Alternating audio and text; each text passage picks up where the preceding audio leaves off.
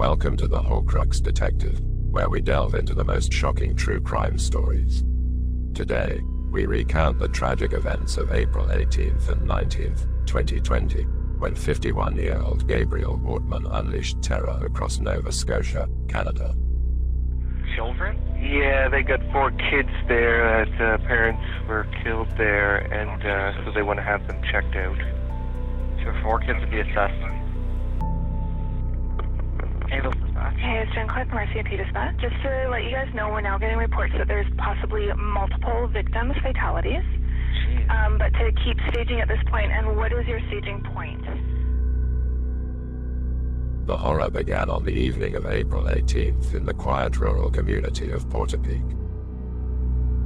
What started as a typical Saturday night quickly descended into chaos and fear.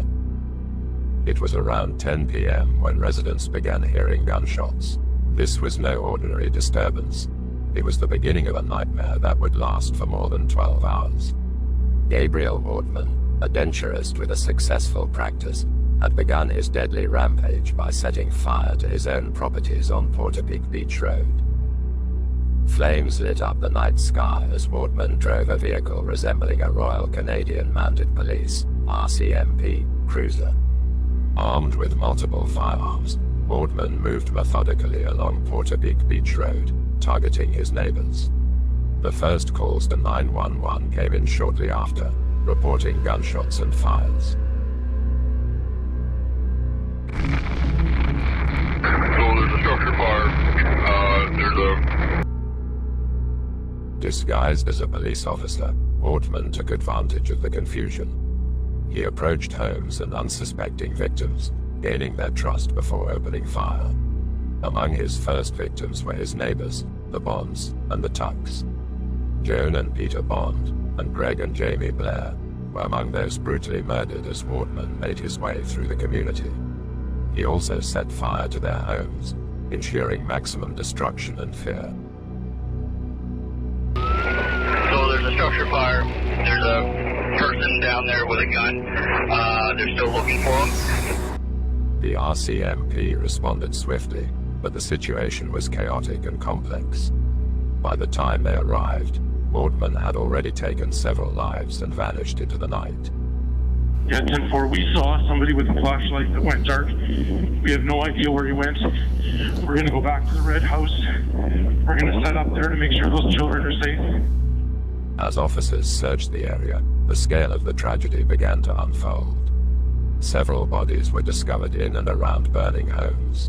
The community was in shock, and the manhunt for Wortman intensified.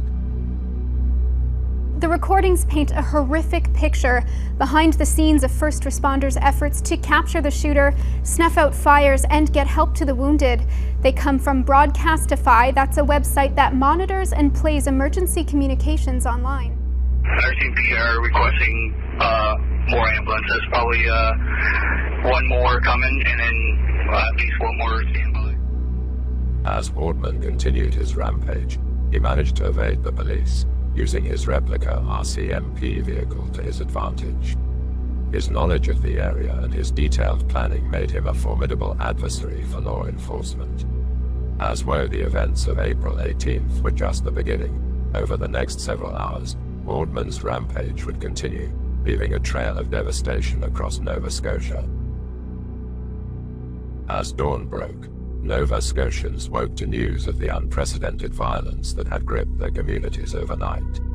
Throughout the early hours of April 19th, Gabriel Wortman continued his deadly spree across rural Nova Scotia, evading law enforcement and leaving destruction in his wake. I saw Gabe, I saw him, and I saw his gun. He had a laser sight on the gun. I think I literally said 90% sure it's my neighbor Gabe, and he had an RCMP officer, or RCMP car. I knew he had those cars, but I'd never seen them badged.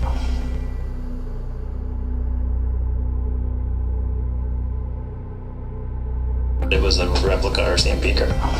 Right away, grabbed his radio and radioed exactly what I told him. But he did radio that right away to somebody. 3170 Papa,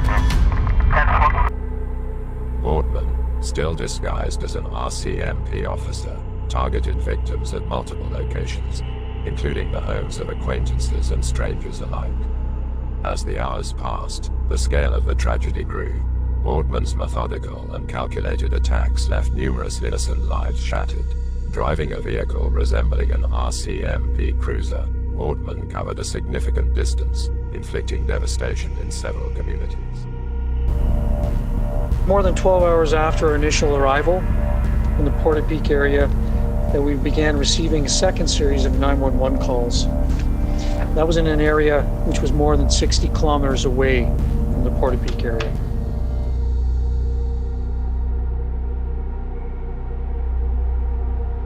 And my neighbor said, texted and said, "Did anybody hear shots early this morning?"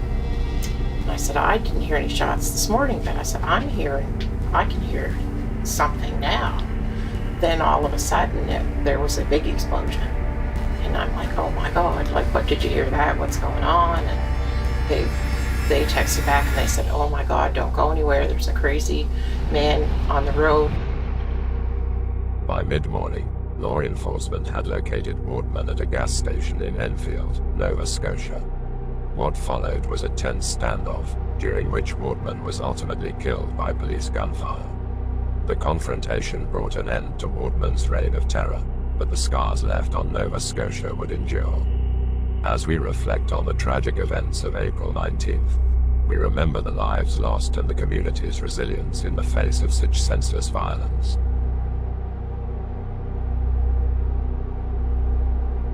Thank you for joining us on this journey through one of Canada's darkest moments. As this is our first video, we will be improving our methods of constructing video essays. If you found this video informative, please like, subscribe, and hit the bell icon to stay updated with our latest content. Thank you for watching Horcrux Detective. Stay safe and take care of each other.